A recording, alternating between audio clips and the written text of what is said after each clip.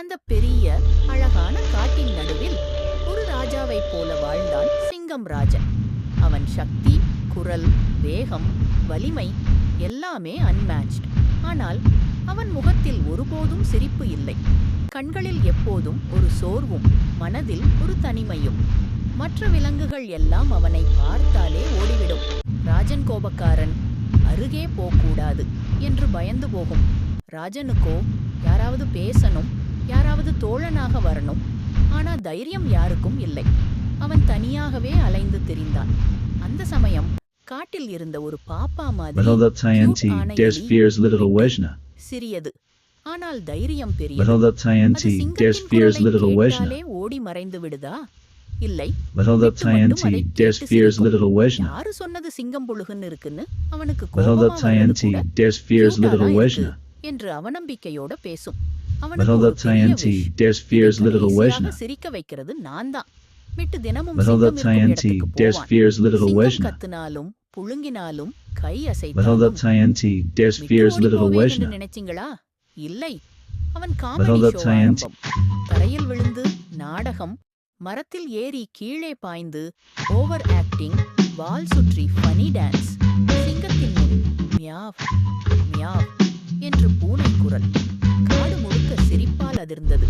பறவைகள், மான், முயல் எல்லோரும் எலியை ரசித்தார்கள். ஆனால் சிங்கம் மட்டும் ஸ்டோன் ஃபேஸ். அப்புறம் சிங்கம் மாற்றமடைய ஆரம்பித்தது. அவன் கண்கள் சின்னமாக நெளிந்தது. உதடுகள் கொஞ்சம் மேல் பக்கத்துக்கு நெருங்கின. சின்ன அலை போல சிரிப்பு வர்றது போல தோன்றியது. ஆனா அது ஃபுல்லாக வரலை. இன்னும் புதிய ஐடியாஸ் ஒவ்வொரு நாளும். ஒரு நாள் மாலையில் சிங்கம் அமைதியாக நடந்து கொண்டிருந்த போது சடக், அவன் காலடியில் ஒரு பெரிய வலை எழும்பி மேலே போட்டு அவன் அதில் சிக்கிக் கொண்டான். வேட்டைக்காரன் வைத்த டிராப். சிங்கம் முழு குரலிலும் அர்ர் குறைகுறையா உழன்றாலும் கயிறுகள் அதிகமாக இறுகின. காட்டிலிருந்த எல்லா விலங்குகளும் அந்த சத்தம் கேட்டும் யாரும் அருகே வர டேர் பண்ணவில்லை. அவர்களுக்கு பயம். சிங்கம் சிக்கி கிடப்பதை பார்த்தும் அதை உதவ முடியுமா என்ற தயக்கம்.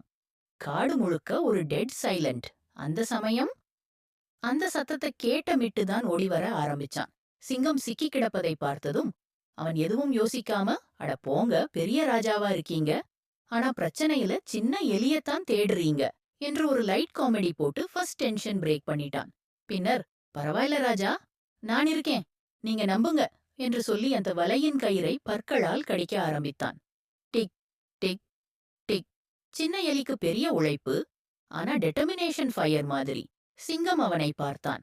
அவனது கண்களில் ஒரு உண்மையான பெருமை, நன்றி, பயமும் நம்பிக்கையும் கலந்து இருந்தது. கயிறு பலமாக இருந்தது, ஆனா மிட்டுவின் மனசு அதைவிட பலம். வெட், ஒரு பெரிய ஒலி. வலை உடைந்தது. சிங்கம் சுதந்திரமாயிற்று. அவன் காற்றை ஆழமாக சுவாசித்தான். வானத்தை நோக்கி குரல் விட்டான். சிங்கம் திரும்பி மிட்டுவை பார்த்தான். அவன் கண்கள் ஈரமாயிற்று. ஒரு நொடி, இரு நொடி. அவன் சிரிச்சான். அழகான, பெரிய, பாசம் கொண்ட சிரிப்பு. அந்த சிரிப்பு காட்டை முழுவதும் ஒளியால் நிரப்பியது போல இருந்தது. மிட்டு லிட்ரலி குதித்து மகிழ்ந்தான். ஹே, ஃபைனலி ஐ டிட் இட். சிங்கம் மெதுவாக சொன்னது. நீ சின்ன எலி, ஆனாலும் என் மனசை மாற்றின ஹீரோ. நீ எனக்கு நட்பின் அர்த்தம் கற்றுத்தந்தாய். அந்த நாளிலிருந்து காட்டின் பெரிய ராஜாவும் சிறியவர்களும் பெரிய மாற்றங்களை ஏற்படுத்த முடியும். தைரியம் உள்ள இடத்தில் ஹீரோவாகாதவர் யாரும் இல்லை.